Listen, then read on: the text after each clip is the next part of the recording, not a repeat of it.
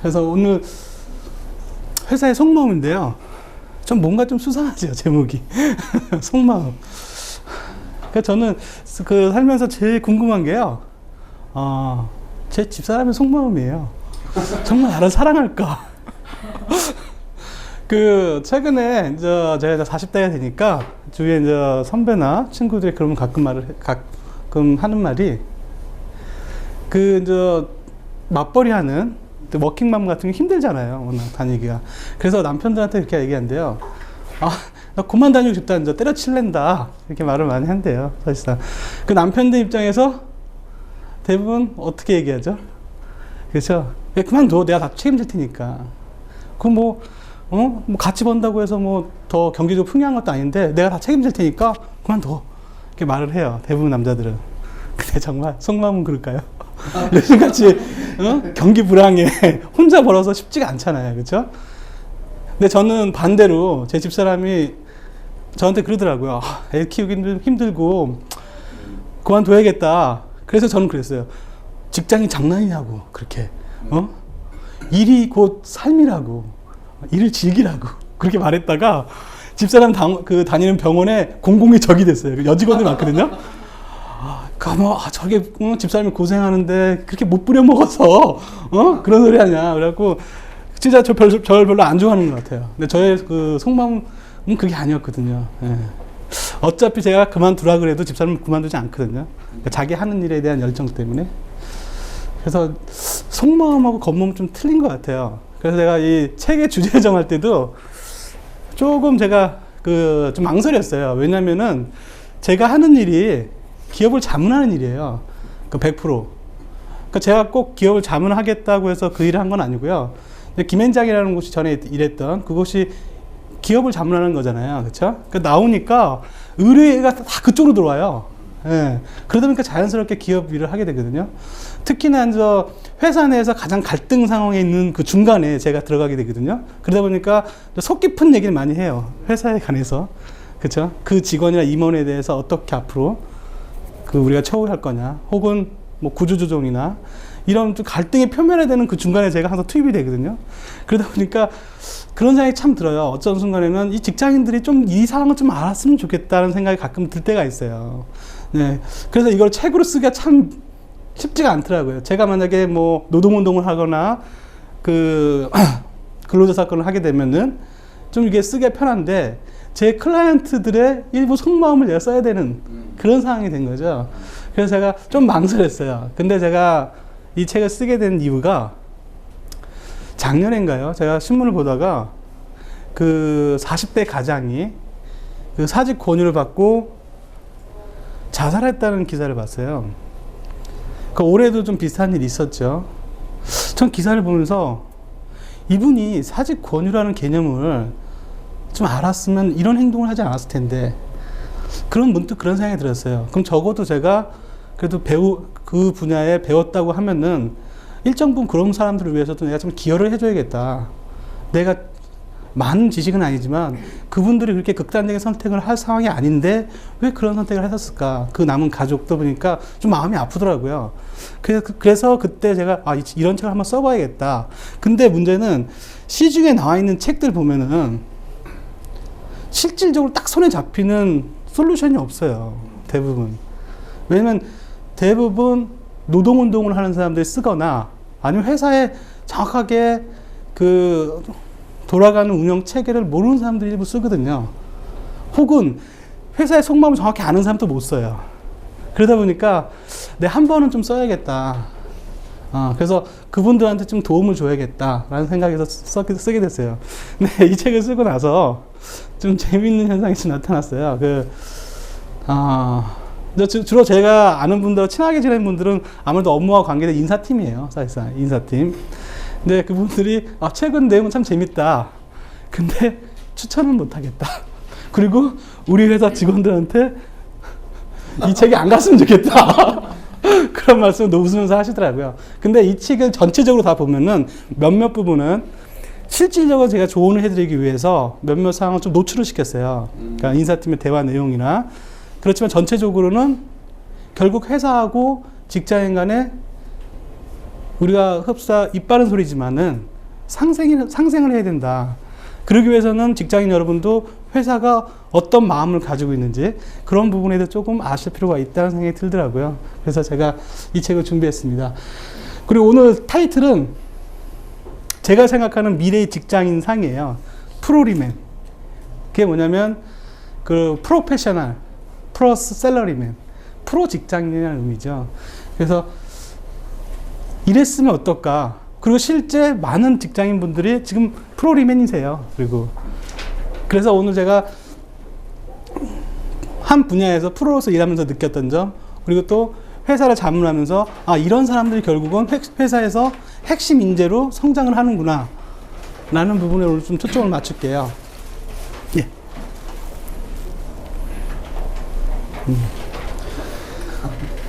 우리가 흡사 그 인터넷에 한참 유행하던 말이 있죠. 그 갤러리맨. 그게 무슨 뜻인지 다 아시죠? 그 갤러리에 가면은 그림을 보면서 주위를 싹 서핑하는 사람들 있잖아요. 그것처럼 회사 내에서 두리번거리면서 업무에 직접적인 개입은 안 하고 항상 주변에만 떠도는, 그래서 적당히만 하겠다는 그런 직장인을 갤러리맨이라고 그래요. 그리고 또 안반수족이라고 있어요. 좀 여러 가지 그 신유형가 많이 나타나고 있는데, 안반수는 뭐죠? 지하 깊숙하게 숨어 있는 거예요. 예, 그래서 잘 눈에 띄지 않아요, 직장에서. 예. 근데 이분들 특징이 있어요. 이분들은 성과는 안 나오는데 그렇다고 문제가 없어요. 특별한 문제가 없는데 성과가 없어요. 예. 그래서 이분들에 대해서 최근 인사관리 차원에서 많은 얘기가 오가고 있거든요. 문제는 없어요, 겉표면상으로. 근데 회사에 기여하는 바가 없어요, 별로. 예. 그러다 보니까 이런 분들에 대해서 어떻게 회사가 인사관리를 해야 될 거냐라는 게 최근의 HR 트렌드 중에 하나예요. 특히나 지금 우리가 소위 말하는 밀리니엄 제너레이션이라잖아요. 신세대들은 조직 몰입도가 현저하게 떨어져요. 달리 말하면 조직에 대한 충성에 대한 마음이 없어요. 왜냐하면 그분들은 신문을 통해서 IMF 이후에 자기 삼촌, 아버지 혹은 이런 분들이 조직에서 아무 이유 없이 떠나는 걸 봤거든요. 더 이상 회사가 나를 지켜주지 않는구나라는 인식을 이미 하고 있는 상태에서 직장에 들어온 사람들이에요. 그렇기 때문에 이분들이 오히려 그 퍼센트를 놓고 보면은 20대 중반부터 30대 중반까지가 이런 직장인들이 많아요. 갤러리맨하고 안반수족이 의외로 많다는 거죠. 그래서 회사가 가장 고민하는 부분이에요. 왜냐면 전통적인 의미에서 핵심 인재는 조직 몰입도하고 직무 몰입도가 같이 높은 직업을 말하는 거예요. 달리 얘기하면은 조직 몰입도는 조직의 충성도예요. 직무 몰입도는 성과거든요. 그렇죠? 두 개, 그러니까 충성심을 가지고 조직의 성과도 내는 게 핵심 인재인데, 요즘 젊은 사람들 같은 경우는, 저도 젊은 사람이지만 직무 몰입도는 높아요. 그러니까 이 직장을 통해서 내가 자기 개발을 해야겠다는 욕구는 가는데 조직 몰입도는 떨어지는 거예요. 충성도가 없다는 거죠. 네. 그러면 진정한 프로리맨이 뭘까? 근데 여전히 직장은 그걸 요구하고 있어요. 충성도 플러스 성과, 조직 몰입도하고 직무 몰입도가 같이 갖춘 그런 프로리맨을 원하고 있거든요. 단적인 예로 최근에 사내 로이어들이 많아요. 사내 컨설턴트를 영입하는 경우가 있거든요. 그게 왜 그러냐면은 일단 프로로서의 전문성을 가지고 있잖아요. 그렇죠? 추정은 되잖아요. 그리고 조직에 흡수를 시켜서 조직 몰입과 충성도까지 높이는 거죠. 예. 그래서 하나의 트렌드로서 사내 로이어, 인하우스 로이어라고 그러죠. 로이어들이나 사내 컨설턴트, 외부 전문가들을 영입하는 그런 추세가 늘고 있거든요. 그리고 최근 또 메리트가 있는 게, 제 주변에 그 변호사 친구들 보면 상당히 생각보다 어려워요. 그리고 특히 내년 보면은 그 사법연수원하고 로스쿨 졸업생이 합치면 2,500명이 나와요. 한 해만. 근데 물론 그 중에서 검판사 빼고 하면 약 한 1,500에서 2,000명이 변호사 시장에 나오거든요, 한 해에. 근데 그 숫자는 10년간 합친 숫자예요, 과거. 그 인원이 어디로 갈까요? 그렇죠? 그렇기 때문에 변호사 시장도 굉장히 지금 완전 레드오션 쪽으로 좀 가고 있는 층이거든요. 그럼 저희 노무사나 컨설턴트는 유리하냐? 전혀 아니죠. 그 사람들이 다 치고 들어오죠, 또.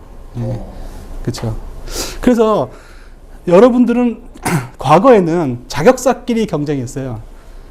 변호사는 변호사끼리, 뭐 노무사는 노무사끼리, 회계사는 회계사끼리 경쟁이었는데 이제 그런 경계가 없어요. 진짜 없어요. 근데 더 문제는 앞으로 직장인 여러분들 같은 경우는 직장 내에서만 경쟁을 하신다고 생각했잖아요. 그렇지가 않아요. 이게 전문 자격사들이 넘쳐나면 그 사람들 직장에 들어갈 수밖에 없어요. 그럼 직장은 선별해서 뽑아요. 그러면 여러분과 외부 자격사 간에 또 경쟁이 시작되는 거예요. 그게 본격화되는 시점이죠. 내년부터가. 그래서 저는 오히려 그런 말씀을 가끔 드려요. 전문성도 중요하지만은 앞으로 시대는 좀 멀티플레이 시대가 아닌가 오히려. 왜냐면은 저도 글을 쓰고 최근에 와서 제가 왜 그 자기 개발 쪽이나 모티베이션 이런 쪽으로 더 공부를 더 많이 하는 이유가 뭐냐면요. 저도 포트폴리오를 좀 조정하고 있는 겁니다.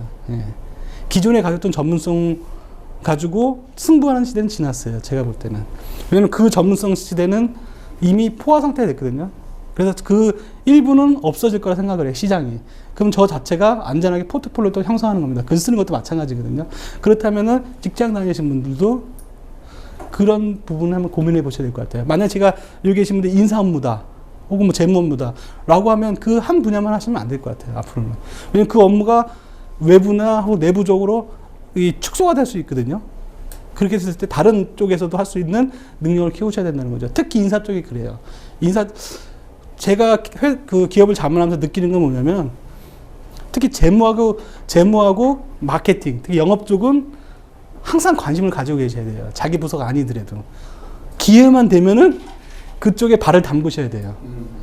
그래야 임원이 될 수 있어요. 제가 보니까. 최근에 제가 친하게 지내는 분들 보면은 인사 담당하시는 분들 있잖아요. 제가 주로 이제 인사팀 쪽하고 가까우니까 그분들이 하나 딜레마에 빠진 게 있어요. 그게 뭐냐면 내가 인사 업무를 해가지고 임원이 되거나 그 회사 사장이 되기 어렵다는 걸 알아요. 왜냐면 대부분 사장이나 CEO 쪽에 가는 쪽은 마케팅 영업하고 회계 재무 쪽이 가장 유력하거든요. 그래서 그 최근에 본 분이 어떻게 자기 경력 개발을 하냐면 꾸준하게 한 5년간의 플랜을 세워놓고 마케팅 쪽 회의를 계속 들어가는 거예요. 그 영역을 조금씩 갉아먹기 시작했어요. 그래갖고 그 마케팅 임원을 몰아내고 인사하고 마케팅 겸임문하는 임원이 됐어요, 올해. 그분이 다음 목표가 뭔지 아세요? 회계예요, 회계. 회계 쪽을 계속 인발부하는 거예요. 그래갖고 그 길을 계속 또 밀어내는 거예요. 그래야지 자기가 그 회사의 대표가 될 수 있거든요. 그렇다면 여러분도 장기적인 플랜을 가지고 자기 업무에 프로페셔널한 거 이외에 다른 업무를 야금야금 도전하셔야 된다는 얘기예요. 저도 마찬가지예요. 글을 쓰고 또 계속해서 공부하는 이유도 포트폴리오를 다양하게 가져가기 위해서 그래요. 왜냐하면 전문가의 시대는 이제는 끝났다. 저는 그렇게 보고 있기 때문이에요.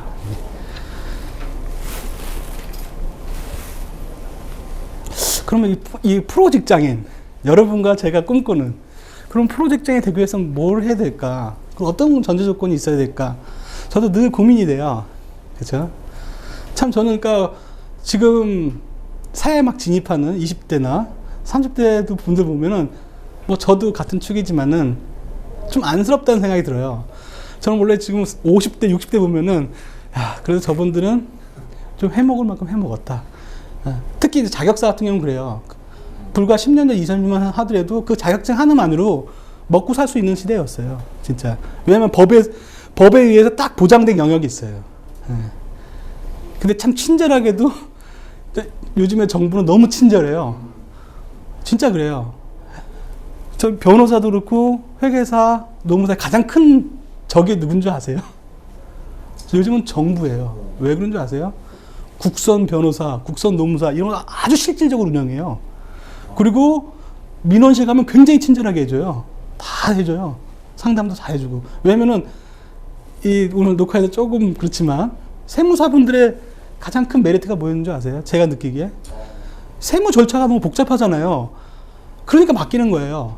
그리고 세무서 가더라도 몇 년 전에 이제 느꼈던 건데 가면 복잡하고 이러니까 근처 세무사 찾아가세요라고 그랬어요. 근데 최근에 제가 세무서 가니까 틀려졌어요. 하나하나 안내해주고 다 해줘요. 세무서에서. 그러면 그만큼 일거리가 줄어들었다는 얘기예요. 그래서 이렇게 치열하게 이제 영역이 무너지는 시대거든요. 여러분과 저도 경쟁을 해야 되는 시대고, 그런 시대에서 어떻게 하면 프로로서 살아남을 수 있을까 이런 고민을 많이 해요. 그리고 요즘에는 하루에 1시간 정도는 책을 꼭 읽으려고 하고요.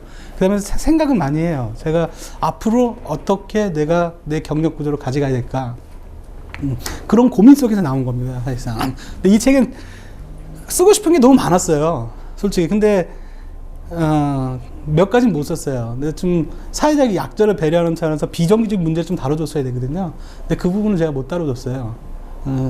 그래서 좀 아쉬움이 많이 남는데요. 오늘 강의는 이 책 내용뿐만 아니라 좀 넓게 제가 좀 고민했던 부분을 같이 한번 공유하고 싶어서 이 자리를 마련했습니다. 예. 저는 그런 생각을 했어요. 이 첫 번째, 자기 매너리즘에 안 빠지려면 일단 프로라는 거는 항상 생동감이 넘쳐야 돼요. 예. 그러기 위해서 매너리즘에 빠지면 안 되거든요. 근데 여러분과 저는 늘 매너리즘에 빠지게 돼요. 아침부터 일어나면 좀 더 자고 싶고 그렇잖아요. 또 반복되는 일상이 그렇게 유쾌한 사람이 어디 있겠어요. 저도 그렇고. 그래서 제가 한때 3년 전에 개업은 제가 7년이 됐는데요. 한 개업하고 한 4년 정도 되니까 좀 궤도에 올라갔거든요. 일은 계속 반복되는 거예요. 근데 보이지 않게 제가 균열이 가기 시작하더라는 거예요. 그러니까 생동감이 없는 거예요. 일이 즐겁지가 않아요, 자꾸. 그러면서 보이지 않게 제가 일에 대한 열정도 사라지고, 일에 대한 열정이 사라지니까 사람과의 관계도 좀 서먹서먹해지더라고요. 열정이 가라앉으니까 사람 만나도 재미가 없어요, 솔직히.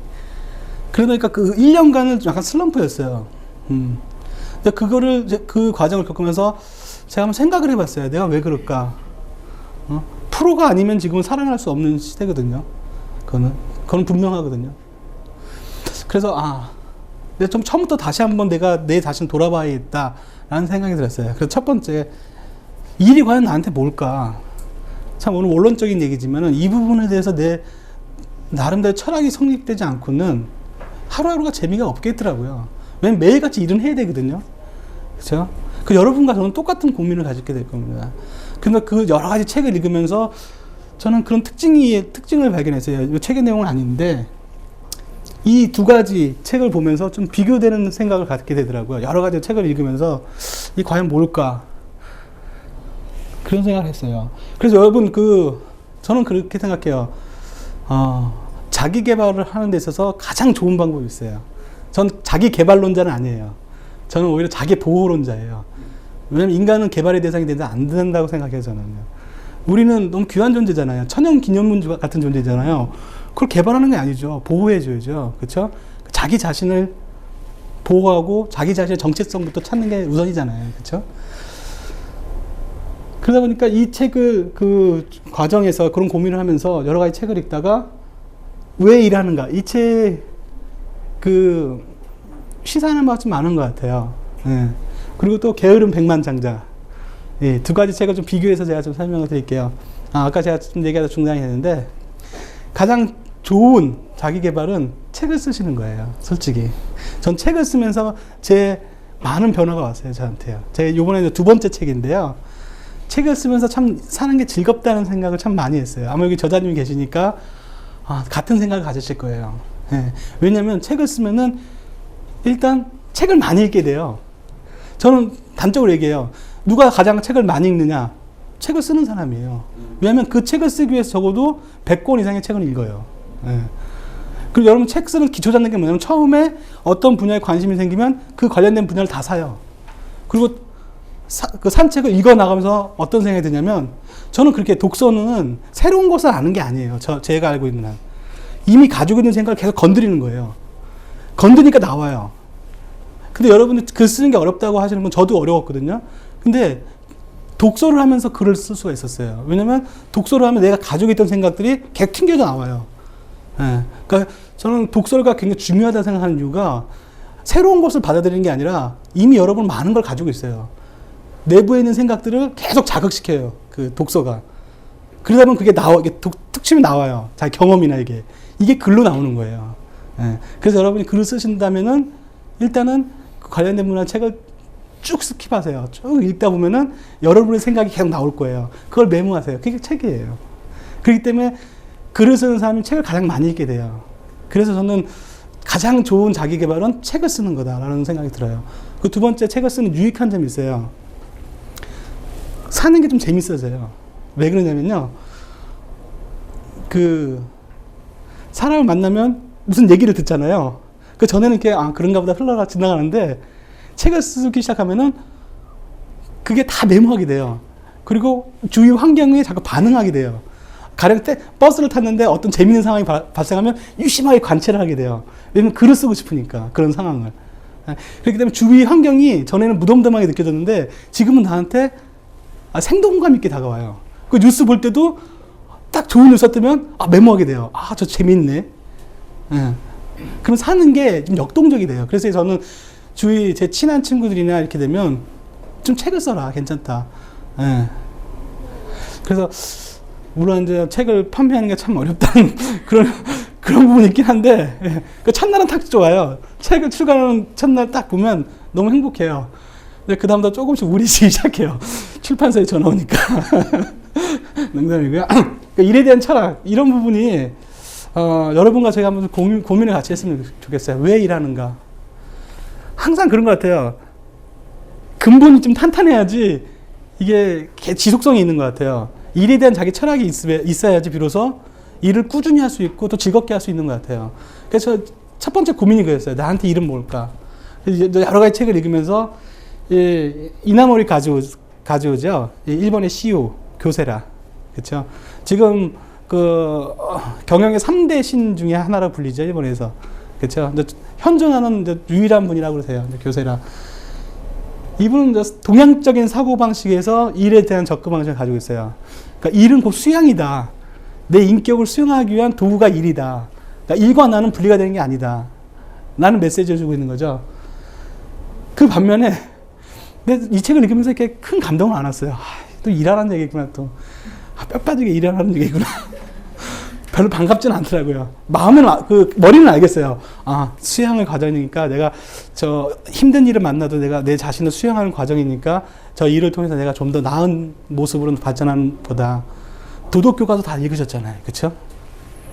큰 감동을 안 왔어요. 솔직히. 근데 문득 마크 피셔가 쓴 게으름 백만장자. 바로 저거야. 저 제목이 참 와닿더라고요. 게으름 백만장자. 그쵸? 저 하와이 해변에서 누워있고, 돈은 다른 사람이 벌어가지고 내 입금해주는, 내 계좌에.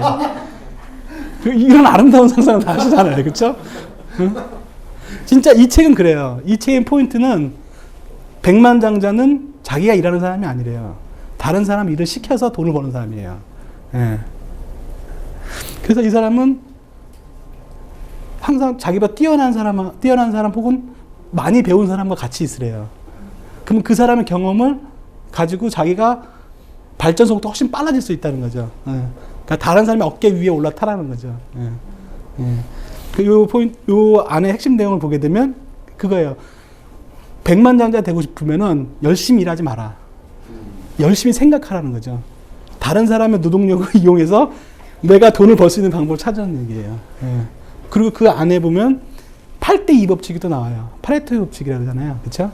그러니까 사고방식은 적게 일해서 최대한의 행복을 누리는, 여러분과 제가 꿈꾸는 그런 모습일 수 있거든요. 그죠? 그러니까 그런 거예요. 8대2 법칙이 원래 다 아시죠? 20%의 고객이 80%의 수익을 창출한다. 그쵸? 출판사 입장에서 보면 20%의 책이 80%의 수익을 창출한다. 저는 20%에 들고 싶어요. 그러니까 그러다 보니까 이 사람 만나는 것도 그렇게 생각해요. 사람 만나는 것도 나한테 수익을 줄 수 있는 사람한테 80%의 시간을 투자하는 거예요. 그리고 나한테 수익을 줄 수 있을 것 같은 사람한테 20% 투자하는 거예요. 야, 너무 계약적이잖아요. 그쵸? 요 내용도 보면은 결국은 선택과 집중의 문제예요. 이 문제는. 그러니까 저게 왜 일하는가?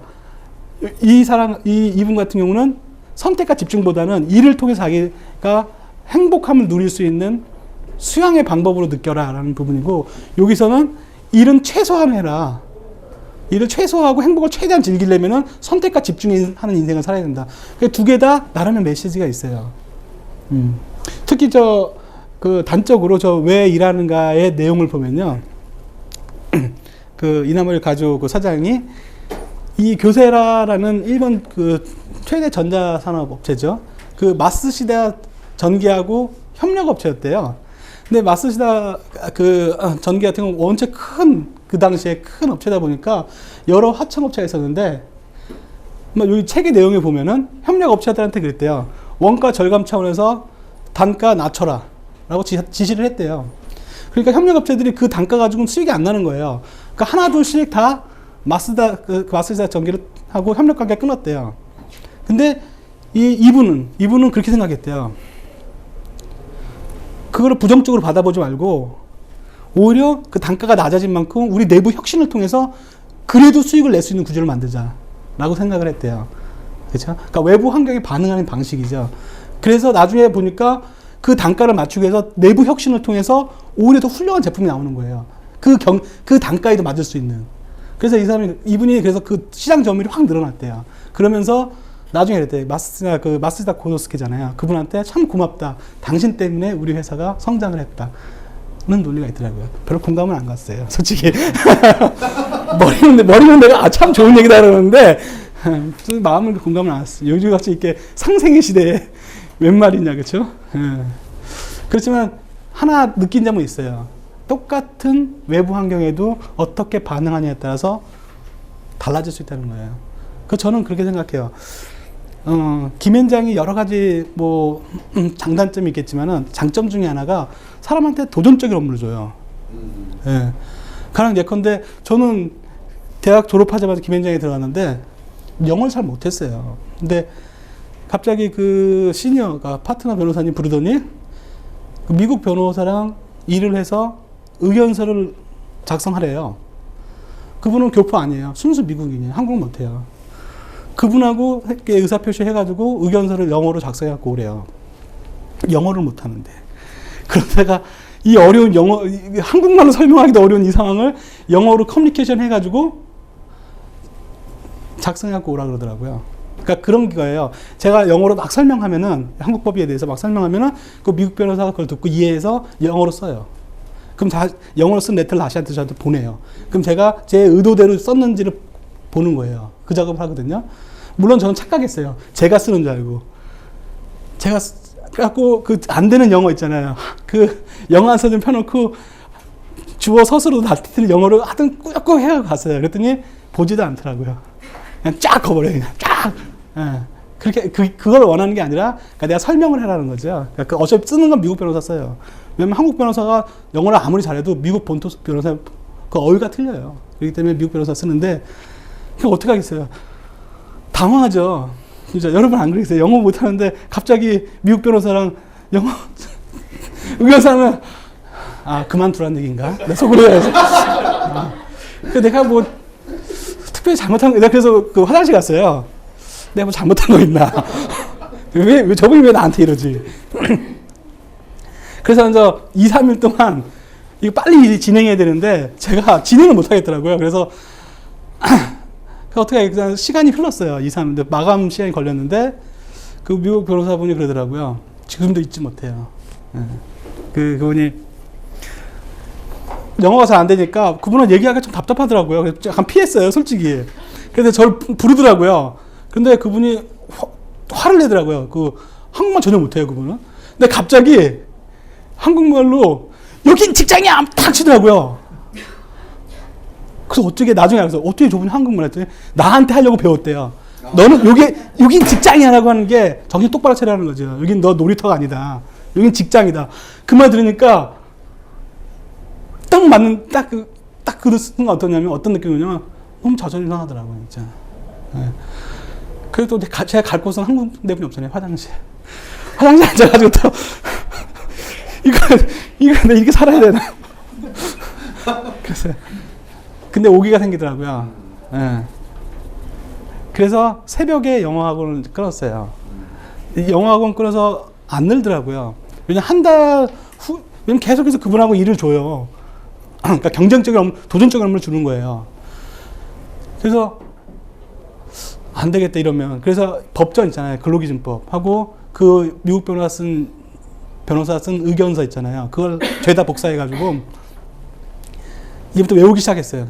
아니 제가 문장 구조를 잘 모르잖아요. 또 영어를 잘 많이 안 했기 때문에 그냥 아예 외웠어요. 그냥 깡그리 다 외우기 시작했어요. 그래서 집에 가면 그때 집사람이 저한테 그러더라고요. 좀 약간 이건 줄 알았대요.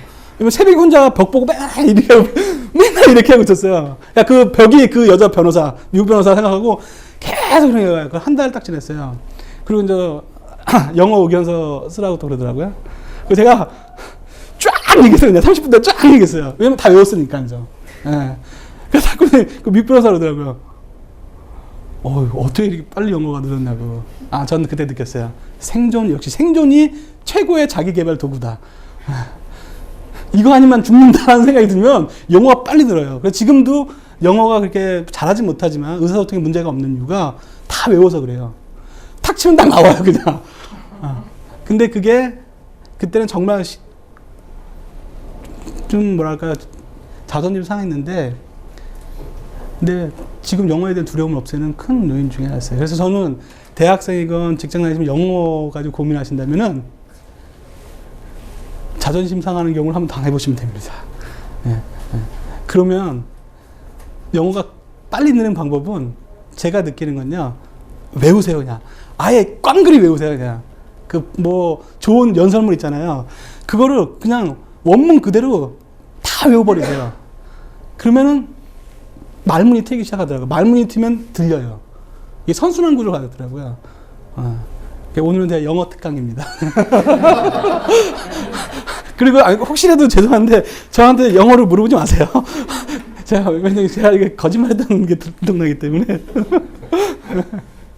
그래서 여러분 어떠세요? 게으름 백만장자로 살고 싶으신가요? 아니면 왜 일하는 것처럼 일을 수양의 과정으로 느끼고 싶은가요? 예. 네, 그렇죠. 예. 머리는 이쪽으로 가야 돼요. 가슴은 이쪽으로 가고요. 근데 둘 다 의미가 있는 것 같아요. 선택과 집중을 잘하는 것도 중요하고 일 자체를 수양의 과정으로 느끼는. 예. 실제로 그렇잖아요. 정말 그런 말 많이 하거든요. 개업하면은요. 여기 책에도 썼지만 생각보다 밖이 추워요. 예. 그 추운 걸 견디려면요. 오히려 직장 생활 편하면 안 돼요. 왜 여러분들 공무원들, 교사, 군인들이 나오면은 사기 많이 당하잖아요. 왜 그럴까요? 직장 내에서 그만큼 타이트하게 자기 자신을 수련하지 않아서 그래요. 오히려 힘든 직장을 다녔던 분들이 개업하면 더 많은 기회가 있어요. 그래서 저는 꼭 직장 생활이 편한 게 좋은 건 아니라고 봐요. 예. 그래서 우리는 머리 쪽을 가시죠. 예. 왜 일하는가? 이거 한번 비록 상사가 나를 힘들게 할지언정 그 사람도 나를 수행하기 위한 하나의 도구구나. 밖에 나가면 더 춥거든요. 그때를 대비해서 회사 내에서 단련한다고 생각하시면 어떨까요? 그러면 조금 더 일에 대해서 좀 부여를 하지 않을까 생각이 듭니다. 직장이 뭘까라는 생각이 했어요. 저는 김현장에서 나와서 초반에 일이 없더라고요. 이거 참 저는 좀 착각했어요. 김현장에서 일하는 정광이라고 그냥 정광이라고 이렇게 차이가 나나요? 네? 저는 김현장에 있을 때 나가면 그래도 저를 찾아주는 사람이 좀 있지 않을까. 물론 나중에 말씀드리겠지만 제가 김현장에 나오게 된 거는 제가 행복하고 싶다는 생각이 들더라고요. 어느 날부터 준비를 하지 않고 나왔어요, 사실상. 그래서 저의 뼈아픈 그 경험담을 이 책에는 제발 준비하고 나오셔라 라고 한 게 별로 준비를 안 했어요. 난 떠나야겠다. 왜냐면 내가 정말 행복한 건 그 안에서 내가 아니라 밖에서 나였다는 걸 느꼈거든요. 그래서 떠났어요. 떠났는데 참 속 시원하더라고요. 그 힘든 일도 없고. 근데 문제는 일이 없다는 게 이렇게 힘든 건지는 몰랐어요. 나와서 내가 한 2개월 동안 사무실에서 앉아 있는데 여직원분 눈치가 보여요. 왜냐면 생각해보세요. 나가서 일을 하는 모습을 좀 보여줘야 되는데 맨날 같이 앉아갖고 눈 멀뚱히 둘 쳐다보고 있으면 그거 못할 짓이에요. 그래서 제가 일부러 나갔어요. 그 같이 계시는 그 여직원분 눈치 때문에. 근데 그분이 나를 되게 한심하게 보는 것 같아갖고 내가 참을 수가 없더라고요. 그래서 내가 뭐 이러는 것처럼 가방 들고 나왔어요. 그래서 내가 들어올 때, 너무 바쁘네. 근데 그 속으로 얘기했잖아. 이게 누가 고용, 근데 그러면서 직장의 의미를 깨닫기 시작했어요. 이제 그 과정을 거쳐서 이제 또 이제 고객이 늘어나고 이제 이렇게 사업을 하면서 직장 생활이 뭘까라는 의미를 이제 많이 생각하게 되는데요. 저는 그렇게 말씀드리고 싶어요. 여러분들 인큐베이터 역할을 한다고 생각하시면 될 것 같아요. 네. 인큐베이터는 여러분이 성장하는 기회는 줄 수 있는데 언젠가 여러분은 여러분의 이름으로 살아갈 날이 올 거예요. 근데 지금 과거보다 더 빨리 여러분의 이름으로 살아가야 될 날이 올 거예요. 달리 말하면 지금 좋은 회사 다니신다고 해도 그 좋은 회사에 누구 과장님, 누구 부장님으로 살 날이 그렇게 길지 않다는 거죠. 그렇다면 그 기간을 최대한 활용할 수 있는 여지가 있어야 된다는 생각이 들어요. 그래서 인큐베이터는 본인을 성숙시키는 그거잖아요. 세상으로 나가기 위한. 그래서 저는 여러분이 언젠가는 여러분 이름으로 어느 기업의 누구 과장 이게 아니라 여러분 이름 석자 가지고 세상에 나와서 살아야 되는 그걸 준비하는 곳이 직장이 아닐까라는 생각이 듭니다. 저는. 그래서 저는 그렇게 생각해요. 일을 잘하는 기술자는 정말 많아요. 세상에. 예.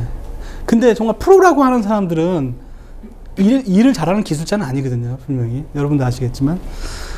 나가서 보면서 저는 눈물을 흘렸어요. 한번. 누구 때문인지 아세요? 여러분 비슷하지 않나요?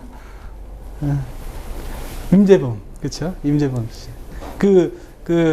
여러분이 한 노래 부를 때, 저는 정말 감동이 오더라고요. 예. 집사람도 감동을 하더라고요. 감동의 그 원인은 틀렸어요. 집사람은, 잘생겼다. 저렇게 나이가 저렇게 멋있을 수 있을까. 그것 때문에 눈물을 흘렸던 것 같고, 저는 그 사람의 스토리, 일단. 그 다음에 그 사람이 노래 불렀을 때 그 폭발적인 감정 표현. 이건 그냥 나오는 게 아니라 그 사람의 인생이 나오는 거거든요. 그걸 좀 느꼈거든요. 그래서 난 그런 생각, 프로는 그런 모습이어야 된다는 생각이 들어요. 예. 진정성 있는 모습. 예. 일을 잘하는, 테크니컬하게 일을 잘하는 모습일 수 있겠지만, 그때 만약에, 좀 다른 얘기지만, 김건모 씨는 탈락했잖아요. 물론 자진, 여러 가지 우여곡절 끝에. 근데 그분은 그때 립스틱 바르다가 탈락했죠. 그러니까 테크니컬하게 노래 부르니까 관객들이 그랬던 것 같아요. 그러니까 진정성이 아닐까. 조직에 있다가 나와서 개업하면서, 저는 그런 생각이 들더라고요. 이 고객을 정말 사랑하는 마음이 중요하구나라는 걸 느꼈어요. 여러분들의 고객은 누군가요? 직장 다니신다면? 제가 생각하는데 상사일 것 같아요. 고객. 그리고 고객이 다 좋은 건 아니잖아요. X 같은 고객도 있고. 그쵸? 그렇지만 고객은 고객이거든요. 그렇다면 전 그런 생각이 들어요. 고객을 마케터로 활용하는 게 가장 중요하잖아요. 그러니까 마케팅은 다른 게 아닌 것 같아요. 나와 가장 근접한 사람이 나를 추천해주고 나를 최고라고 인정해주는 그게 마케팅의 시발점 아닐까요? 그렇게 본다면 상사는 나의 고객이 될 수밖에 없죠. 그리고 가장 나를 후원해주는 사람이 되어야 되거든요. 그렇게 만드셔야 돼요. 내가 볼 때는. 그게 첫 번째 능력인 것 같아요. 여러분의 가장 매일같이 보는 상사마저도 자기 우군을 확보할 수 없다면 그럼 한 번 정도 반성해 보셔야 될 것 같아요. 그건 의무사항인 것 같아요. 꼭 저 사람 내 편을 만들어야 되겠다는. 원래 관계라는 건 저는 자연스러움도 있겠지만 의지적인 부분이 굉장히 강하거든요. 꾸준히 연락하고 꾸준히 관계를 맺을 노력할 때 맺어지는 거지 그냥 자연스러운 건 아닌 것 같거든요. 그렇게 본다면 상사의 관계도 의지적으로 푸셔야 된다는 생각이 자꾸 들어요. 물론 제가 이렇게 잘했으면 그렇게 빨리 나오진 않았을 테지만 그래서 나와서 제가 반성하는 겁니다. 왜냐면 사실상 상사가 많이 도와주거든요. 그래서 상사를 꼭 자기 우군으로 확보하셔라. 저는 그런 말씀 꼭 드리고 싶어요.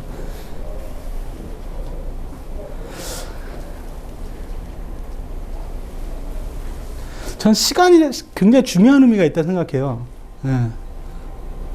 저는 이렇게 후배 사원을 뽑아서 트레이닝을 시키면서 느끼는 건데 가장 단적으로 생각하는 게 시간에 대한 관념인 것 같아요. 우린 다 알잖아요. 이게 시간이 한정돼 있고 시간을 아껴 써야 된다는 건 다 공감하시잖아요. 그렇죠? 근데 내 자신에 대한 시간을 아껴 쓰는데 과연 상대방의 시간을 우리가 아껴줘야 된다는 생각은 많이 못 하시잖아요. 그렇죠? 그 상사의 관계나 회사, 직장 관계에 있어서 가장 중요한 건 상대방의 시간을 아껴주는 것 같아요. 저는 이렇게 외부에 그 조직을 떠나서 이 개업하면서 느끼는 건데, 내가 정말 일을 잘하고 있다. 그리고 상대방한테 인정받고 있다는 시점이 언제냐면 상대방의 시간을 아껴줄 때예요. 단적으로 얘기하면은 그 상대방 클라이언트가 내일까지 의견서 주시면 됩니다. 저는 항상 물어봐요. 언제까지 주시는 게 편하겠습니까? 물어봐요. 그러면 내일까지만 주시면 돼요. 라고 하면 저는 오늘 새벽에 보내줘요. 왜냐면 그분이 직장 사람 일이 많으시잖아요. 그렇기 때문에 내가 빨리 보내줘야지 그분은 다른 일을 좀 여유 있게 할 수가 있어요. 예. 그렇기 때문에 상대방의 시간을 아껴준다는 건 굉장히 중요한 것 같아요. 예. 특히 여러분들 직장 생활하면서 느끼시는 똑같은 감정을 느끼실 것 같아요.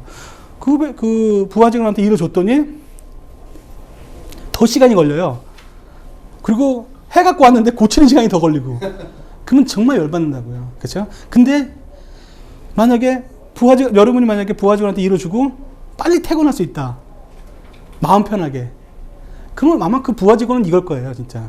그렇잖아요. 일을 줘도 나보다 더 빨리 처리될 거라는 믿고 나 편히 퇴근할 수 있는.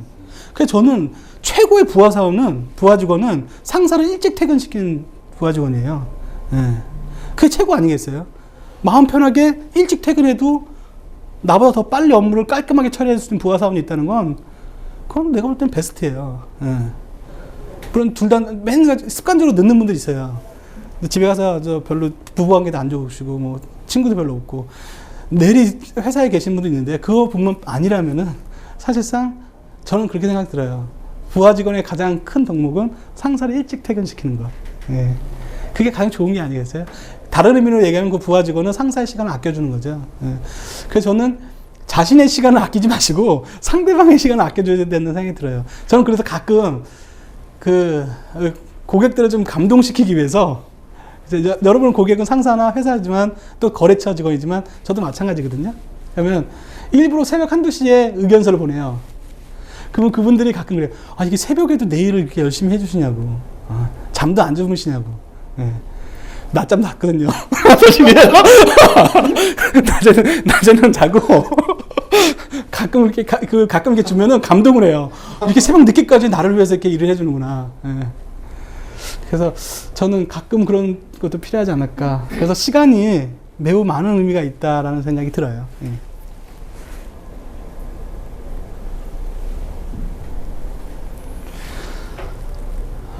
요즘에 제가 최근에 읽었던 책을 좀 소개를 해드릴게요. 내일 죽을 것처럼 오늘 살아라. 예. 이 책 혹시 읽어보셨는지 모르겠네요. 최근에 나온 책인데요. 재미 변호사죠. 상속을 위주로 하는. 우리가 너무 친숙하지 않아요? 오늘 죽을 것처럼 내일 살아라. 그죠? 그냥 오늘 죽을란다. 이러면 뭐 다른 얘기겠지만, 그죠? 여기 보면 나는 무엇을 남기고 떠나야 하는가. 예. 그 메시지가 참 와닿더라고요. 예. 왜 우리는, 저와 여러분은 가끔가다 슬럼프에 빠지잖아요. 인간관계 매너리즘 느끼고. 근데 아까 말씀드렸듯이 내가 생존해야 된다. 이거 아니면 안 된다. 라고 하는 순간 가장 큰 능력이 발휘돼요. 인간은. 제가 볼 때는. 예. 극한 상황에 딱 가면은. 그쵸? 그래서 위기를 현재화시켜라 라는 메시지를 드리고 싶어요. 저도 늘 생각하거든요. 그래서 글을 쓰고 또 제 사실상 노무사나 노동법이나 노사관계만 다룬다는 인식을 가졌잖아요. 근데 요즘 제 강의나 대부분 보면 모티베이션, 자기개발 혹은 열정 이런 부분에 대한 강의를 하거든요. 좀 색다르다 그래요. 예. 그 핵심 문제도 약간 포인트가 틀려요, 저는. 그렇죠? 그렇기 때문에 저 그런 것도 하세요 라고 말하시는 분 계시거든요. 근데 왜 내가 이럴까요? 저는 위기가 현재화처럼 느껴져요. 앞으로 자격사 시장은 끝났다 라는 걸 알기 때문에 위기감을 느끼거든요. 위기감을 느끼기 때문에 계속해서 저를 개발시키는 노력을 하거든요. 그래서 여러분도 직장 다니시는 분들이 가끔 좀 제가 안타까운 분이에요. 물론 대부분 잘 하시는데 가끔 가다가 그런 느낌을 받아요. 어떤 느낌을 받냐면요. 위기감을 별로 못 느끼시는 것 같아요. 너무 좋은 회사 다니다 보니까. 그래서 제가 놀랬던 거는 통계 보고 놀랬어요. 직장인 10명 중에 8명이 1년에 책 한 권 안 산다. 나 그 말 듣고 앞으로 책 쓰지 말아야겠다 생각 들었어요. 책도 안 팔겠다, 이거. 나만 사는 거 아니까. 그래서 막 괴로웠어요. 전에는 그런가 보다 했는데 책을 쓰는 내 입장에서 볼 때는 가슴이 무너지는 얘기예요. 그죠? 근데 참 이거는 생각해 볼 필요가 있어요. 예. 그만큼 책을 안 읽는다는 얘기는 다른 얘기라면 뭐 책을 안 읽더라도 내 삶에 별로 문제가 없다는 얘기예요. 책을 읽는 분들 보면은 위기감을 느껴서 읽어요. 안 그래요? 그쵸? 시간 내서 서점 가서 관련 분은 책을 읽는다는 얘기는 뭔가 내가 지금 현재의 모습에서 좀 탈피를 해야겠다. 그런 분들이 있거든요. 그쵸? 그 10명 중에 8명은 1년에 책 한 권 안 산다는 얘기는 현재 위치에서 책을 읽어봤자 뭐 내 삶 달라지지 않는다. 현재가 만족스럽다는 의미거든요. 근데 그렇게 여유롭게 생활하기에는 직장이 이렇게 만만한 곳은 아닌 것 같아요. 제가 느끼기에. 예. 그래서 좀 위기를 현재화시키는 필요가 있을 것 같아요. 가령 여러분이 뭐 지금 가령 부장급 되면은 좀 물러나는 분위기다, 조직 내에서. 그러면 비록 제가 과장이지만은 그걸 앞당겨야 될 것 같아요, 자기. 내가 좀 이따 나갈 수도 있구나. 그래서 여러분이 작년인가요? 조직이 내에서 너무 침체가 돼 있대요. 그래서 사장님이 저보고 푸시를 좀 하래요, 와서. 그래서 왜냐면 등치가 있으니까 푸시하는 줄 알고 제가 물론 대학 다닐 때 지하철에서 밀긴 했어요, 아르바이트로. 뭘 푸시해야 되나 내가. 그때 난 또 딱 한마디 했어요, 그분들한테. 여러분이 만약에 6개월 후에 개업한다 생각하시면 지금같이 만약에 태도로 하실까. 그렇죠? 자기 이름 걸고 6개월 후에 이 거친 들판에 나가서 수익을 창출하는 일을 한다면은 과연 지금 같은 준비 상태로 만약에 나가실 수 있을까? 그러진 않을 겁니다, 적어도. 예. 항상 전 그렇게 생각했으면 좋겠어요. 여러분들 좋은 직장 다니시면, 내가 6개월 후에 나가서 내 이름 걸고 무슨 일을 한다라는 생각 한번 가져보세요. 그러면 지금 직장 생활이 한결 좀 타이트해질 거예요. 예. 근데 그런 말씀 하세요. 신입사원 연수원 가면은, 집단 토론 들어가잖아요? 그분들이 저한테 그러더라고요. 강사님은 그래도 프로페셔널 일하니까 참 좋겠네요. 저는 그래도 좋은 학교 나와가지고 맨날 복사하고 현장에서 이거 나르고 있고, 이게 참 이렇게 살아도 되겠냐고. 그래서. 근데 제가 말은 못했어요. 제 상황을. 근데 개업 초창기였거든요. 저 복사하고요. 저도. 일만 있으면 저 지방까지 가요. 예. 근데 그때 말을 못했던 거는, 그때 개업 초창기였거든요. 직장 여러분은 그래도 한 달 후면 월급이 확실히 나오잖아요. 근데 개업하면 초창기 때는 일이 많지 않으면 어떤 현상이 발생하냐면요. 일이 준다 그러면 달려가요, 일단. 계약이 확정돼야 갈 거 아니에요. 그럼 배부른 단계예요. 배고프잖아요. 일단 일을 준다 그러면 가요. 계약은 나중에 문제예요. 나중에 문제가 돼요, 진짜. 근데 회사 측에서 만약에 일을 하고 있는데 계속 계약을 좀 이따 하자. 불확실한 가운데서 일을 해요. 여러분도 같지 않아요, 그러면? 그렇죠? 그리고 전 그런 말씀 드려요. 초창기 때 신입사원 같은 거 다 허드렛 일 하잖아요, 그렇죠? 근데요, 자기 일하면요, 허드렛 일부터 해야 돼, 진짜. 예. 그러니까 제가 가장 당황했던 게 언제인지 아세요? 세금 계산서 발행하는 방법을 모르겠어요. 해본 적이 없잖아요, 저는요. 팩스 넣는 어떻게 넣어야 되는지도 몰랐어요. 미안하지만. 왜냐면 제가 김현장에 있을 때 비서가 있었거든요. 나오니까 도로 인큐베이터 안으로 들어갈 판이 생기는 거예요. 어차피 제가 볼 때는 밑바닥부터 올라가야 되는 것 같아요. 그래서 사람은. 그래서 위부터 올라가잖아요? 다시 밑바닥으로 가요. 그 원리인 것 같아요. 그래서 세상에 공짜가 없는 것 같아요. 예. 밑바닥을 안 겨봤으면 언젠가 밑바닥 다시 기게 돼 있어요. 제가 짧은 경험이지만, 그래서 조직에서 하찮은 일을 하더라도 그냥 기쁘게 받아들였으면 좋겠어요. 언젠간 해야 될 일이니까. 복사를 하건, 좀 허드렛 일을 하건, 저같이 나중에 하지 마시고 그냥 먼저 하시는 게 낫지 않을까 생각이 들어요. 그리고 왜 저는 두 번째가 처음에 말씀드렸듯이 6개월 후에 제가 개업한다 생각을 한번 지금의 현재 모습 한번 그려보시고요. 두 번째는 아무래도 죽음이겠죠. 위기가 가장 올 때는 죽음이잖아요. 가장 두렵잖아요. 그럼 가끔 장례식장을 가요. 예. 좀 밥 먹으러 가는 건 아니고요. 조이금 됩니다, 물론. 근데 장례식장에 왜 가냐면은 그러면 그런 생각이 들어요. 만약 내가 내일 죽는다면은 뭘 할까, 과연 오늘? 그런 생각을 가끔 해요. 그리고 어떻게 살아야 될까? 예. 그래서 저는 권해드려요. 이게 삶의 매너리에 빠지고 막 이러시면은, 저 대학교 다닐 때 은사님이 그러더라고요. 딱 두 군데 가래요. 정말 살면서 너희들이 매너짐에 빠지고 힘들고 그럴 때 딱 두 군데를 가래요. 한 군데 장례식장. 가서 그 사람의 영정을 보고 있으래요. 예. 그리고 대화를 한번 해보래요. 그분하고. 좀 이상하죠, 대화를. 모르는 사람하고. 근데 삶의 의미를 한 번 더 생각해 보라는 의미인 것 같아요. 그 두 번째는 노량진 시장에 한번 가보래요, 새벽에. 그 새벽에 치열하게 사는 사람들 모습을 보면서 부지런하게 살아야 된다는 거를 좀 느껴보래요. 근데 역시 머리로는 알겠는데 그 당시 가슴은 안 알았어요.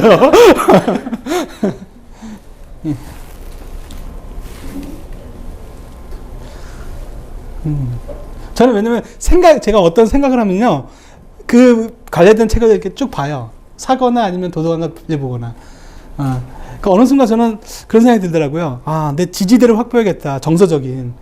가끔 무너질 때가 있어요. 아무리 내가 생각은 건전하게 하더라도 감정이 무너질 때가 있거든요. 화도 막 나고 막 짜증스럽고. 그 카우아이 섬이 되게 하와이의 좀 말단의 조그만 섬이래요. 근데 한국 전쟁 전후죠. 그때 심리학자, 정신과 의사, 그다음 사회복지사 이런 전문가들이 그 섬에 들어갔대요. 왜 들어갔냐면은 이렇게 열악한 환경에서 태어난 아이들이 이 환경에 어떻게 영향을 미쳤을까. 그걸 연구하기 위해서 그 사람들이 들어간 거예요. 연구를 시작했거든요. 장기 프로젝트로. 그래갖고 그 임신 상태부터 이 아이가 청소년 될 때까지 관찰하기 시작한 겁니다. 왜냐면 왜 카우아이 섬을 선택했냐면 정말 열악하대요. 극빈층이 대다수고 약간의 상위층만 존재하는. 교육도 제대로 받을 수 없고 위생적으로 굉장히 열악한. 그래서 임신한 상태부터 이제 관찰하기 시작을 했대요. 그래서 물론 전제는 그거였대요. 이렇게 열악한 환경에서 태어난 아이들은 대부분 문제아로 클 거야. 그런 전제를 가지고 연구를 시작했대요. 근데 한 20년 지나고 보니까 그동안 계속 연구를 했는데 3분의 2의 아이들은 맞대요. 문제아가 된대요. 근데 3분의 1의 아이들은 별 영향을 미치지 않는데요. 그러면 이상하다. 왜 3분의 1의 아이들은 온전하게 잘 컸을까? 더군다나 그 3분의 1에 해당되는 또 그 중에 몇 명은 뛰어난 학업 성취들을 보이는 거예요. 인간관계까지 좋고 그렇게 불우한 환경에 태어난 애들이. 그 아이들을 연구를 했어요. 이제 오히려 연구 방향이 바뀐 거죠. 전에는 이렇게 나쁜 환경의 아이들은 대부분 문제아를 클 거야라는 전제를 가지고 연구를 하다가 아닌 애들이 보이기 시작하는 거예요. 그래서 아닌 애들을 연구하면서 개념이 나온 게 회복 탄력성이에요. 예. 그러니까 이런 악 조건에서도 뛰어난 학업 성취를 보이는 그 아이들 역추적한 거거든요. 근데 딱 하나 있더래요. 이 책에 이분도 인용한 걸 거예요, 아마 다른 사람 연구한 거를. 그런 아이들의 공통적 특징이 하나 있는 게 그 아이들을 무조건적으로 믿어주는 단 한 사람은 존재했대요. 그게 할아버지건 할머니건 혹은 엄마건 아빠건. 그러니까 그 아이가 무슨 말을 해도 믿어주는 딱 한 사람은 존재했대요. 그 아이의 공통점은. 그게 과연 정서적 지지대라는 것 같아요. 그래서 저도 그게 집사람이 될 수 있고요. 요즘은 저한테는 딸이에요. 딸. 5살짜리 보면은 그 밖에서 막 스트레스 받고 막 그러다가도 그 딸을 보면은 너무 행복해요. 그리고 내 그 스트레스 받았던 게 확 풀려요. 물론 그 딸은 저를 안 좋아해요. 근데 그게 이제 스트레스긴 한데요. 그건 어쩔 수 없죠. 뭐. 그리고 저는 그 딸을 보면서 행복해요. 그러면서 마음이 좀 아파요. 나를 닮아가고 있다는 생각에 마음이 아파요. 그러면서 그 아팠던 감정이 책임감으로 바뀌어요. 공부 열심히 시키겠다. 내가 열심히 벌어갖고 제 인생을 책임져줘야겠다. 그런 생각이 들거든요. 그래서 직장 생활도 마찬가지고 저도 마찬가지 같아요. 그래서 여러분은 그 정서적 지지를 가지고 계신가요? 아니면 만드셔야겠죠. 가장 좋은 거는 결혼하셨으면 역시 배우자겠죠.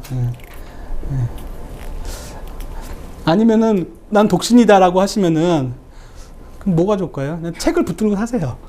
책을 꼭 끼얹고 하시면 어떨까 생각이 들어요. 그 지식적 지지대라는 생각이 들어요. 요즘에 제가 솔직히 고백하는데요. 제 책 쓰기 전에는 책을 많이 안 읽었어요. 한 달에 한 권? 그 정도 읽었던 것 같아요. 근데 책을 쓰기 시작하면서 일주일에 한두 권 정도 읽어요, 지금은. 그러니까 요즘 어떤 생각이 드냐면, 지지대가 생각되는 게 뭐냐면요. 다른 분들의 책을 보건 어떤 책을 보건 이제는 이제 조금 평가할 수 있는 내 잣대가 생긴 것 같아요. 이 책이 좋은 책인지 나쁜 책인지 조금씩 그 잣대가 생기더라고요. 그러면서 보면 해설을 말하는 굉장히 좋은 책이에요.